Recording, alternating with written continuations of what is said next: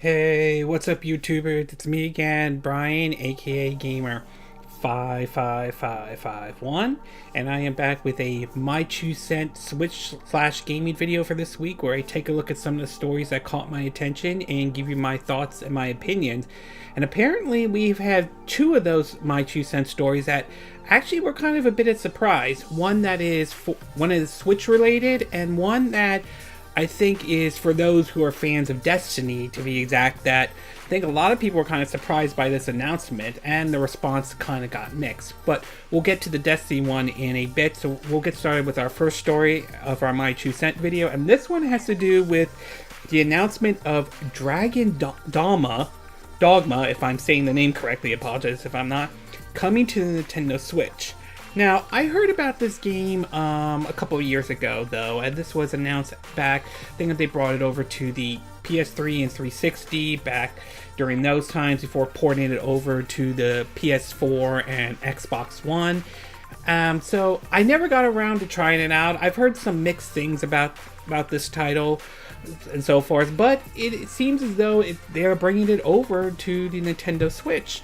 In an article posted on GameSpot, if I'm getting confused the name, it wrote that Dragon Dogma Dark Arisen, Arisen, the special edition release of the 2012 RPG, is coming to the Nintendo Switch. Capcom released an announcement trailer that shows the games as it runs on the Nintendo handheld and drop a release date of April 23rd. It will cost around $30, although if you go over to Amazon, they have it priced currently at $27.92. Whether that's a typo, whether that's the official price they have it there, or if that's just some typo, though, who knows. Leaning more towards that, could be just a typo, but we'll have to wait and see, though. According to the article, it says, Dragon Dogma received a positive reception upon its release in 2012, and Capcom quickly produced the enhanced Dark Arisen, again, apologize, I'm not saying it correctly, with a version with extra content and features on PS3 and Xbox 360. It was later ported to PC and then to PS4 and Xbox One. The new content, the Dark Arisen, included a new Bitterback Island dungeon for the endgame adventurer, high-level weapon armor, and visual enhancement. The Switch version will include a tweaked UI to improve visibility on the Switch screen, and you can use the online function, the pawn trading system, without a Nintendo Switch online membership. Obviously, that will probably sit well for those who want to use the online feature but don't want to pay for the Nintendo's online membership, though. So that certainly is a plus for some people. Meanwhile, it looks as though Japan will be getting, at least, again, articles will be linked in the description, will be getting a collector's edition. They're saying that, the title from Destructo is saying collector's edition here in America. It says, Dragon Dogma is getting a new Merc in honor of its upcoming Switch port, but it's going to be very pricey, especially if you import it, though. As revealed on Capcom's Japanese shop, the April-bound Switch version is hosting a complete edition bundle for roughly $250 that comes with a game, a piece of fine jewelry, and a mini 5-song soundtrack. The necklace on its own is priced around $230. Note that the massive game is region-free. It's priced at a cool $29.99, $30, or what I said about Amazon, which I think they have it at $27.92. You can always just go with that, which is thankfully an option, or if you're really interested in the jewelry, Capcom has a bunch of pictures and listed spec of the U-Treasure piece on its landing site.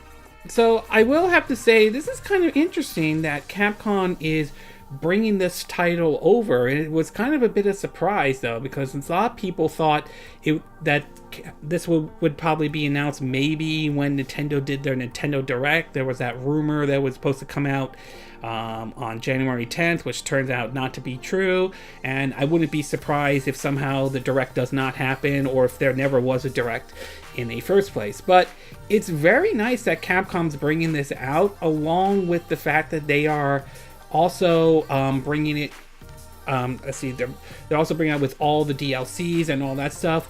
I'm very curious to see how well it runs on the Nintendo Switch.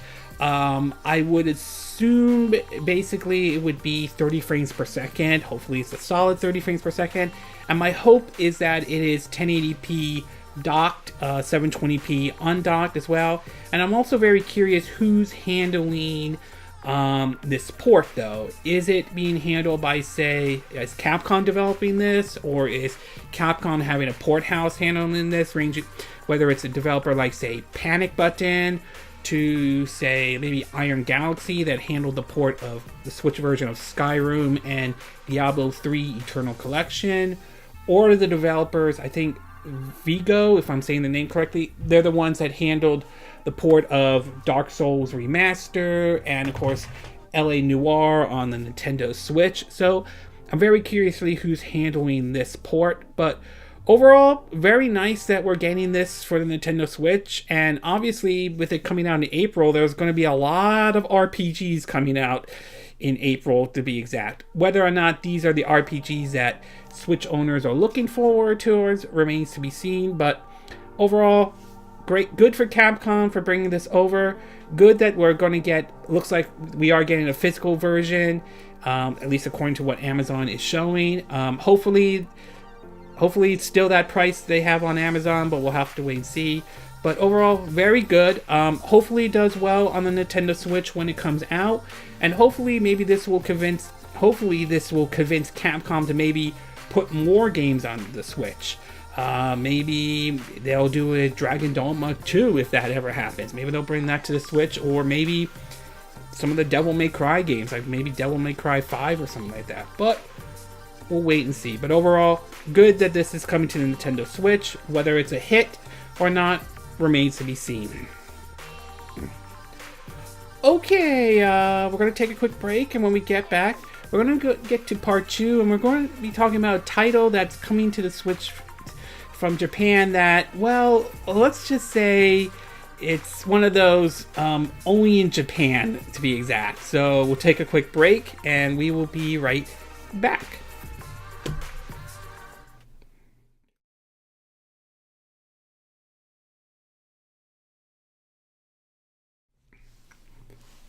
Okay, and we are back with part 2 of our My 2 Cent video, and for this one we're going to be talking about a title that, well, like I said, let's just say it's one of those, yep, only in Japan you would think something like this will exist. And now I'm a fan of a lot of the games that come from Japan, and there are plenty of games that I enjoy that are considered classics, and certainly I think are definitely fun and so forth. But every once in a while, there are games that come from Japan that kind of make you scratch your head and has you say, part of my language on this one, you know, what the fuck? And there are plenty of titles. Not to mention, it's worth pointing out that in some cultures and in some parts of the world, nudity and sex is not a big deal.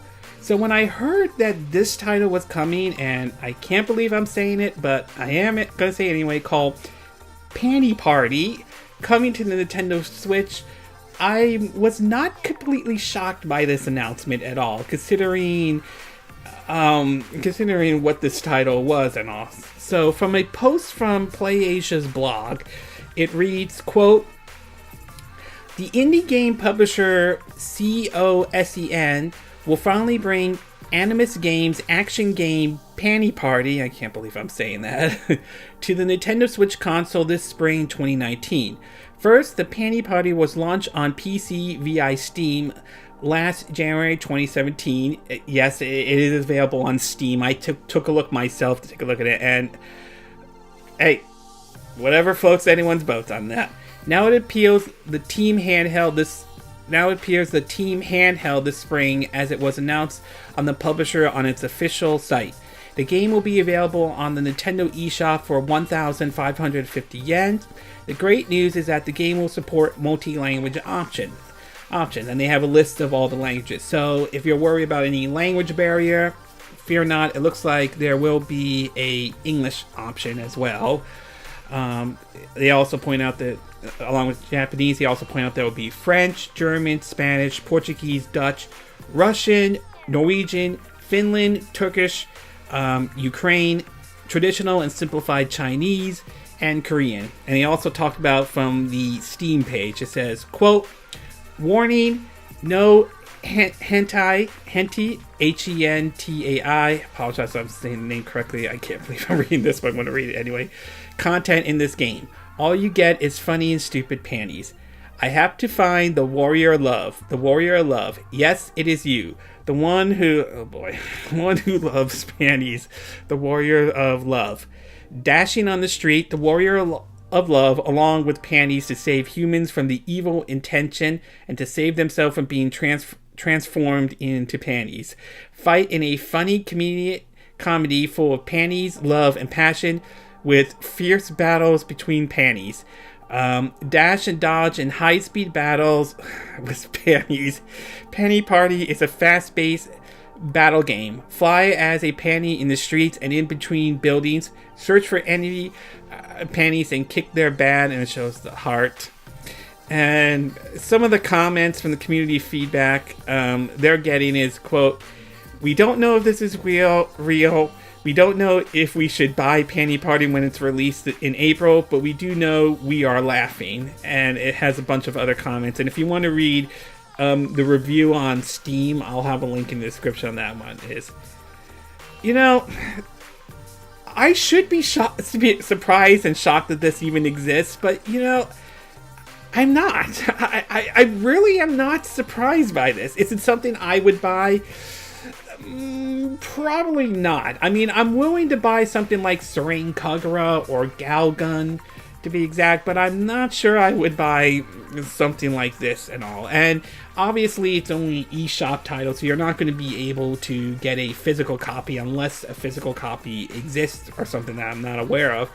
That said, I believe there are ways where you could buy games from the Japanese eShop, but you will have to use, the eShop card, the Nintendo eShop cards from Japan, which I believe PlayAsia sells them. So, and being that this fact that the Switch is region free, that's obviously there are going to be people that are going to buy and download this. And the fact that this game even exists on the Switch is pretty amazing. This, along with games like I mentioned, Galgun 2 and the upcoming Dead or Alive Extreme Volleyball 3 Scarlet, which, according to what we've heard about that one, it's supposedly a uncensored version with them, pushing the 4D jiggly physics and all that. It seems as though Nintendo is certainly more open to a lot of titles that might be risque and raunchy than they were in the past. I mean, this is a complete reversal from back in the 80s and 90s where, or at least in the West though, they were very strict. They had a certain policy of no certain violence, blood, or sex, or anything like that. So it's very interesting that they are allowing a title like this to exist. Is it something that's on my radar? Probably not. So I really have no desire or any intention of getting this game. But like I said, the Switch is region free, so if it's something you want to get, then I'm sure there are those that will probably, try to find a way to go into the Japanese Nintendo eShop and get this title when it comes out in April and all. So overall, it's, I don't know what else to say about it. It's just, it is what it is. I'm sure there's an audience for it, and being that the Switch is region free, I'm sure there are going to be people in the West that are going to find a way to play this on their Nintendo Switch at all. It's certainly not something that interests me, but I'm sure, like I said, there is an audience. It's out there, and it's just, wow. It's just weird. It's just very, very weird. Okay, we're going to take a quick break, and when we get back, we'll get to part 3. And this one, we're going to be talking about a tweet that was put out by the developers of the Bravely Default games, in which supposedly they're working on something else. So we'll take a quick break, and we will be right back.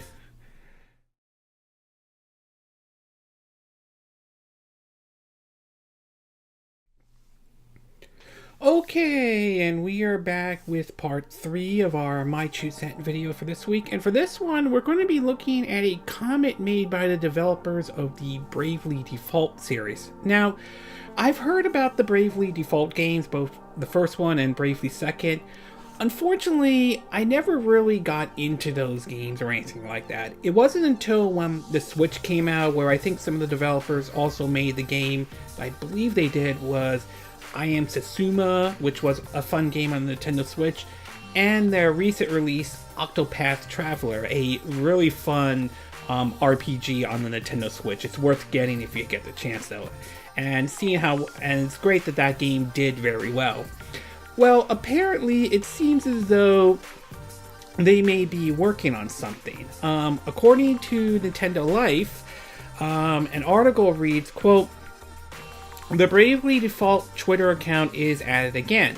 Following last year's tease in August hitting a upcoming game in the series, it's now officially confirmed a new game is in development.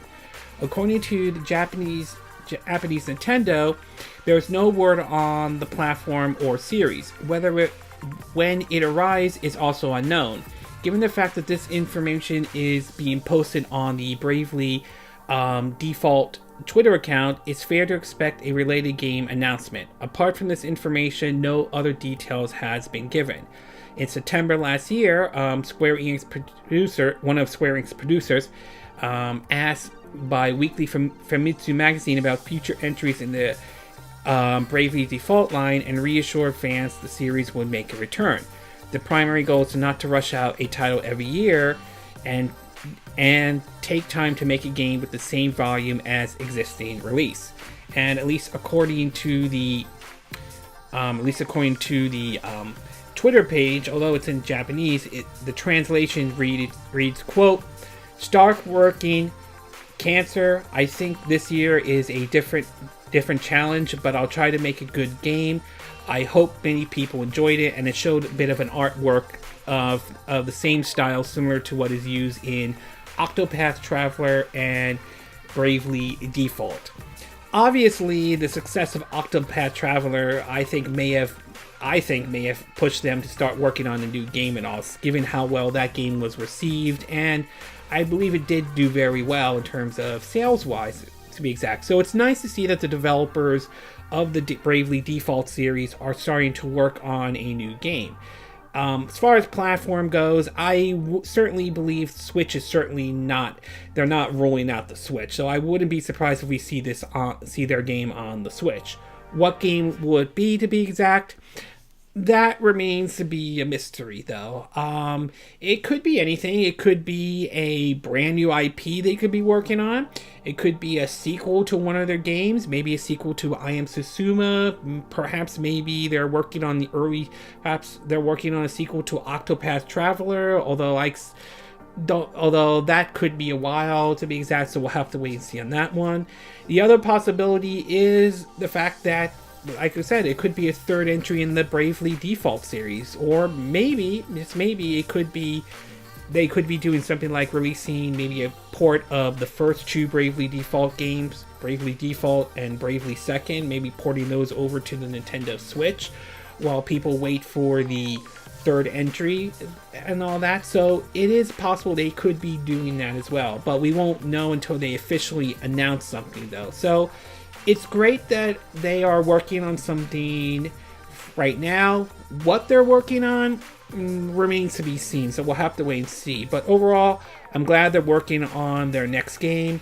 My hope is that it does come to the Nintendo Switch, but although I do feel like there's a good chance it probably will, and I certainly wouldn't rule out the possibility we could see whatever they're working on could make their way over to PS4, Xbox One, PC, or even maybe PS5 or the next Xbox, so who knows. But overall, glad they're working on their next game. Okay, we're going to take a quick break, and when we get back, we're going to get to, let's see, 1, 2, 3, part 4, and this one has to do with a trademark that Koei Tecmo recently filed for a game that not everyone seemed to have liked somehow. So we'll take a quick break, and we will be right back.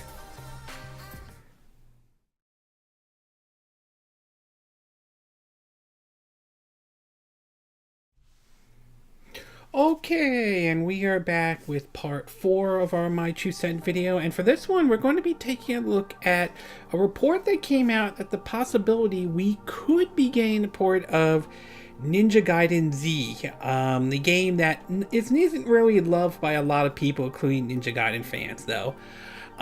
For many people who are fans of action games or Ninja Gaiden in general, for me, my favorite ones were Ninja Gaiden 1 and 2, especially Ninja Gaiden Stigma when that came out, I think in 2007 for the PS3. At the time, Ninja Gaiden and Ninja Gaiden 2 were only for the Xbox, were only for the Xbox games, since I really didn't have an Xbox though. Although the series originated, I believe, on the NES and all that stuff. And then it was sort of weird when this announcement of this spin-off known as Yaiba, Y-A-I-B-A, Ninja Gaiden Z, was being developed by former employee at Capcom, Keiji Inafune, who was helping with the game, who worked at the time at his studio Concept with what looked like a spin-off of the Ninja Gaiden series. Unfortunately, the game didn't exactly hit all the right marks. The game was basically sold extremely poorly though, and it was sort of came out before Mighty Number 9 came out, which ultimately became the downfall of Concept and all that stuff, and Keiji Inafune himself, although he supposedly is currently working at level 5, although you don't hear much for him lately after the whole Mighty Number 9 debacle though. It's a shame really, because I liked the idea of the game. I thought the art style looked nice, but I think they could have fleshed out the gameplay a little bit better with that game, to be exact. I remember trying it out when I tried out that whole PlayStation Now and all that stuff. Well, apparently it seems as though there is a possibility that we could see the series be revived if this report of this trademark is being filed by Koei Tecmo turns out to be true. According to an article from Destructoid, they are reporting that saying, quote, according to this trademark filed on January 2nd of this year, Ninja Gaiden Z could return, but whether it's with a new incarnation by another studio or a port is yet to be seen, given how I doubt the latter is happening and all that. That's according to this writer's opinion. You know, the fact that a trademark's being filed isn't anything new, and it doesn't automatically guarantee that a port is going to happen. We've seen games that have trademarks filed or names that have been filed that don't always see the light of day. I mean, hell, Nintendo has filed trademarks for Eternal Darkness for so many times, and yet we've never seen that game see the light of day outside of if you want to pick up the GameCube version and all that stuff. So I'm not sure. It could be possible they're just filing a trademark just to keep the name and so forth. But it is also possible that a port could happen. If Ninja Gaiden Z does get another chance or anything like that, I think what they need to do, is do a full-on remake of the game. Start from scratch with it though. Fix some of the areas people had issues with the game and all. I didn't hate the title or anything like that, but I think the gameplay was far from 100% being perfect or anything like that. So if they could fix the gameplay in that one, I would be open to seeing a port of Ninja Gaiden Z. Although I would prefer a port of Ninja Gaiden 1 and 2, Stigma version. I would like to prefer that, mostly for the PS4, although I would be open if they were to bring it to the Switch, and maybe a port of Ninja Gaiden 3. I know not everyone liked it, but I never tried it out. I would like to see for myself if it's as bad as people claimed it was. So overall, it could be nothing on this one. It could be just them just updating a trademark and all that stuff, but it could be possible a port could happen. If it does happen, hopefully they fix a lot of the problems that may have plagued the first one when it came out on the Xbox, on the 360 and the PS3.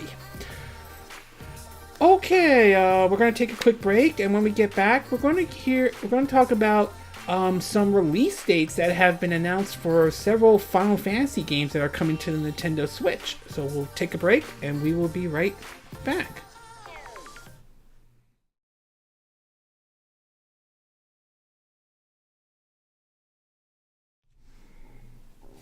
Okay, and we are back with part 5 of our My Choose Setting video, and for this one we're going to be taking a look at an announcement made on a release date of several Final Fantasy games that are coming to the Nintendo Switch, and it's later now confirmed that they're coming to the Xbox One as well. Last year, it was announced by Square Enix that they were going to be porting over several Final Fantasy games over to the Nintendo Switch.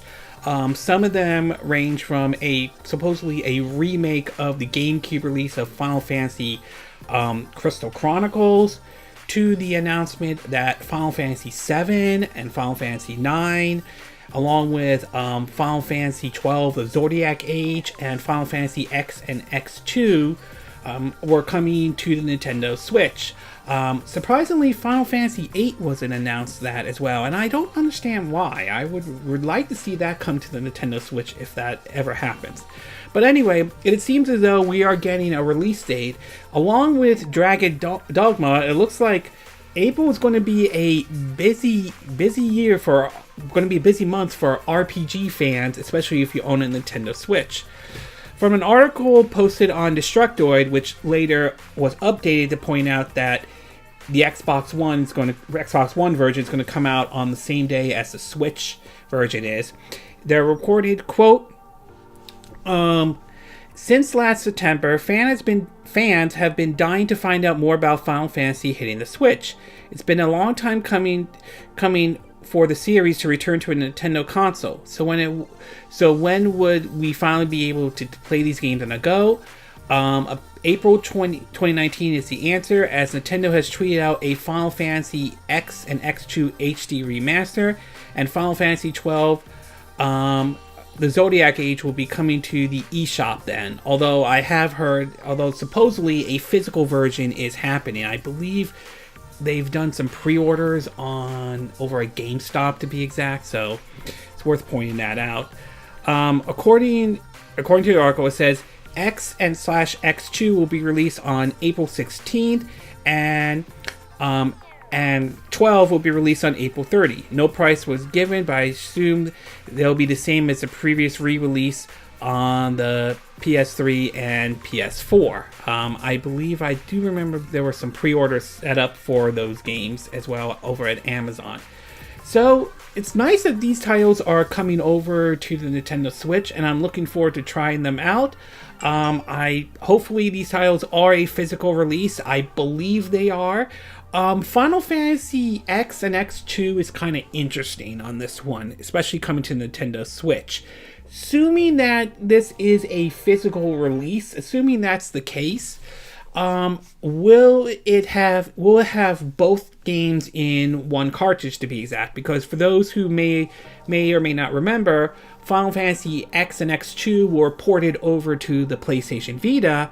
Unfortunately, only Final Fantasy X was available on the cartridge, while Final Fantasy X2 had a code where you had to download the game to be exact.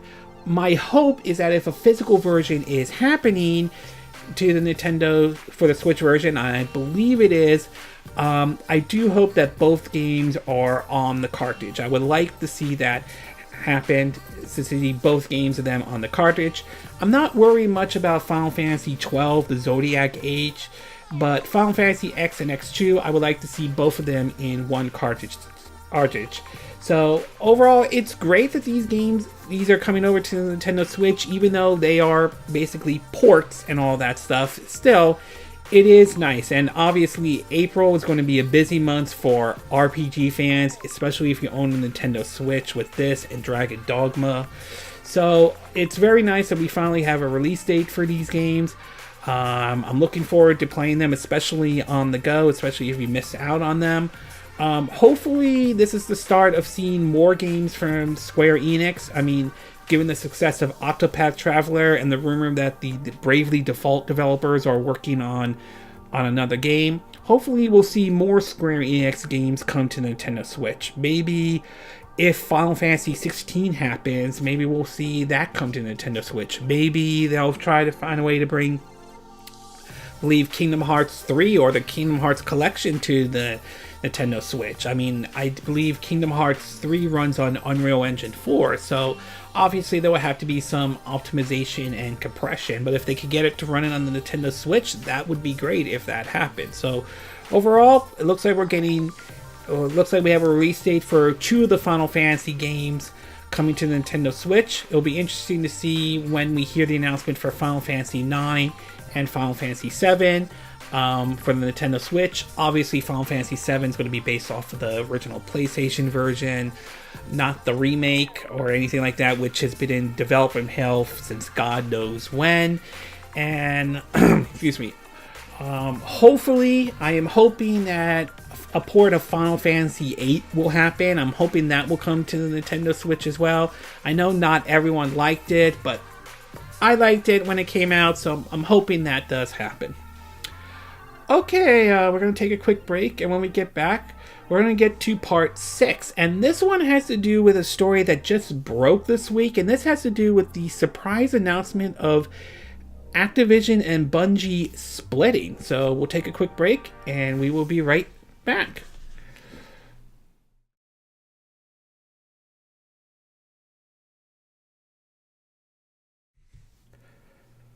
Okay, and we are back with our 6th and final part of our My True Set video, and for this one, this announcement actually was kind of a bit of a surprise that happened this week. I was originally going to do only 5 parts of my True Set video for this, but this one certainly caught a lot of people's attention, and that is the announcement of Bungie and Activision splitting, though.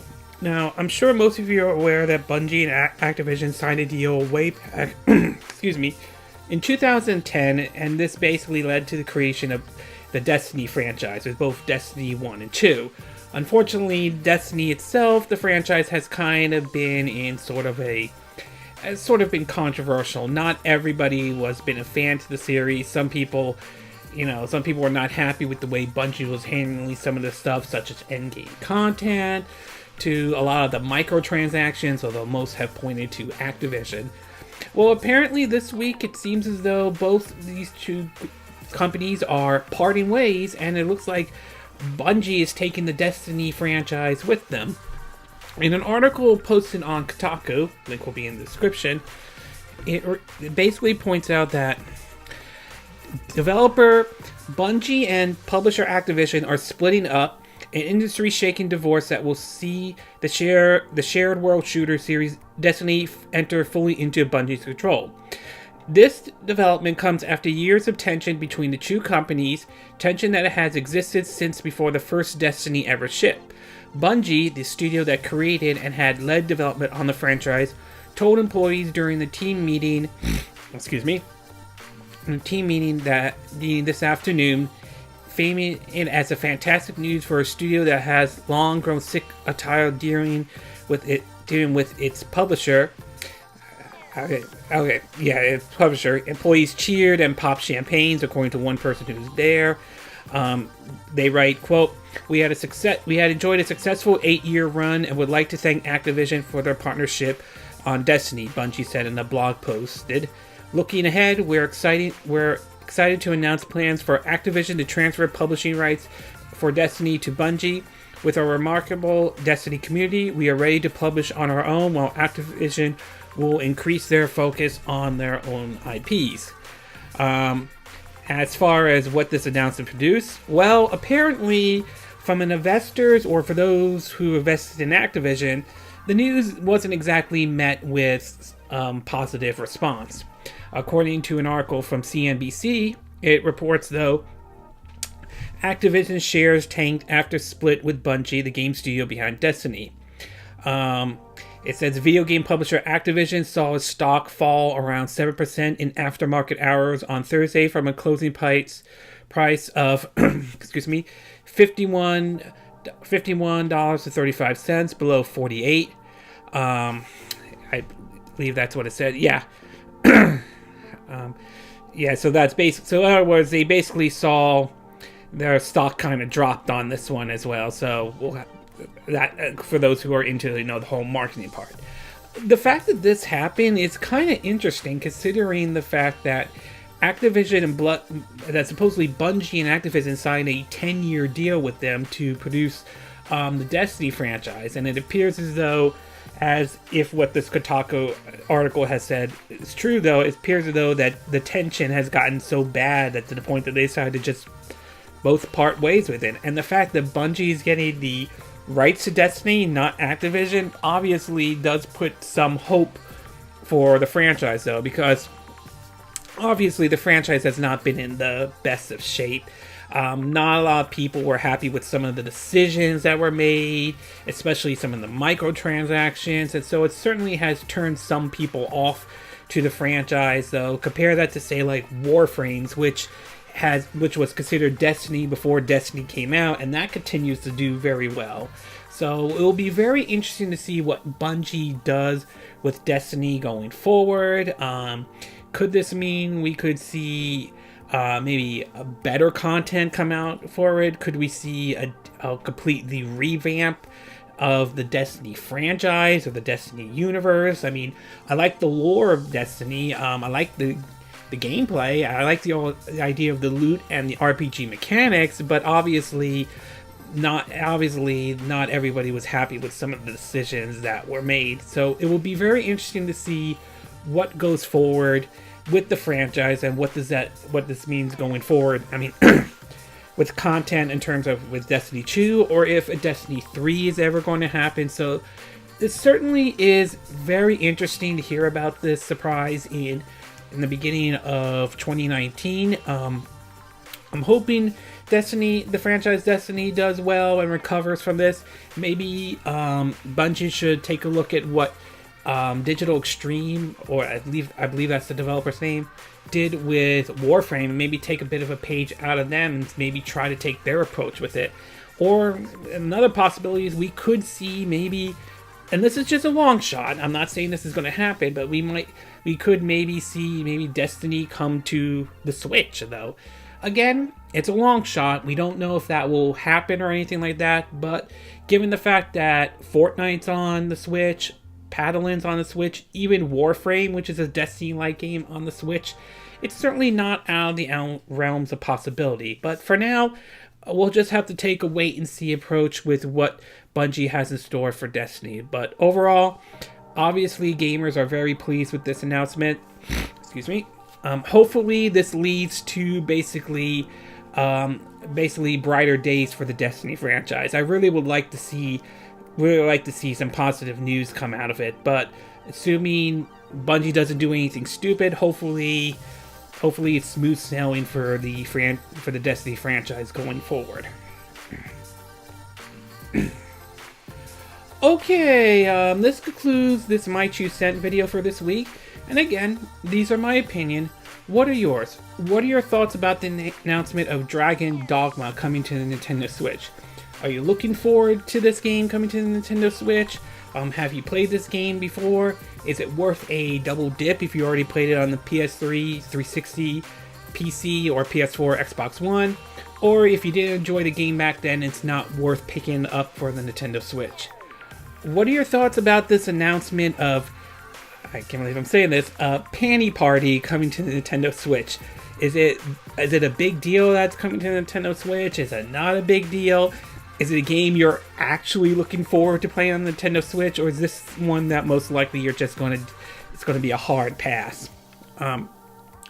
What are your thoughts about the Bravely Default developers starting work on a new game? Are you excited about what they are working on a new game? Do you think it's a third entry in the Bravely Default game? Do you think it's something else, to be exact? Do you think it's going to come to Nintendo Switch? Do you think it's going to come to the PS4 or Xbox One or PC, or do you think it's going to be a multi-platform game? What are your thoughts about this trademark being filed for a Ninja Gaiden Z? Do you think this is a sign that we're going to get a port of this game or a complete remake of it? Or do you think this is just nothing more, just following trademark and that's it? And if a remake or a port were to happen, would you be interested in getting a remake or a port on this? What are your thoughts about the release date for Final Fantasy XII and Final Fantasy X and X2? Are these certainly Final Fantasy games you're looking forward to? Do you think this is a sign that Square Enix will put more games onto the Nintendo Switch? Possibly maybe like Kingdom Hearts 3 or the Kingdom Hearts series to be exact? And what are your thoughts about Bungie and Activision splitting with Destiny going to Bungie? Do you think this is a positive move on it? Do you think this could mean that some good times will be coming to the Destiny franchise, or do you think there's going to be trouble ahead? Do you think Destiny has a bright future in any way? Do you think Bungie is going to be able to handle this, doing self-publishing self-publishing Destiny and so forth? Do you agree with what I said in this video? Do you disagree? Do you have a difference of opinion? As always, sound off on the comment section below. Let me know what you think, and I hope you hit that like button. I would appreciate it, and I hope you do subscribe to my YouTube channel. Also, and if you do subscribe, make sure you hit the bell icon for notifications of any new videos I put up. Also, feel free to share this video if you want to, and feel free to donate to my channel if you'd like. You can do it through PayPal me or Patreon. Links will be in the description of this video. And I will see you again next time when I do another video. Hopefully that'll be soon. Until then, from Southern California, wish you all a good day then. Bye!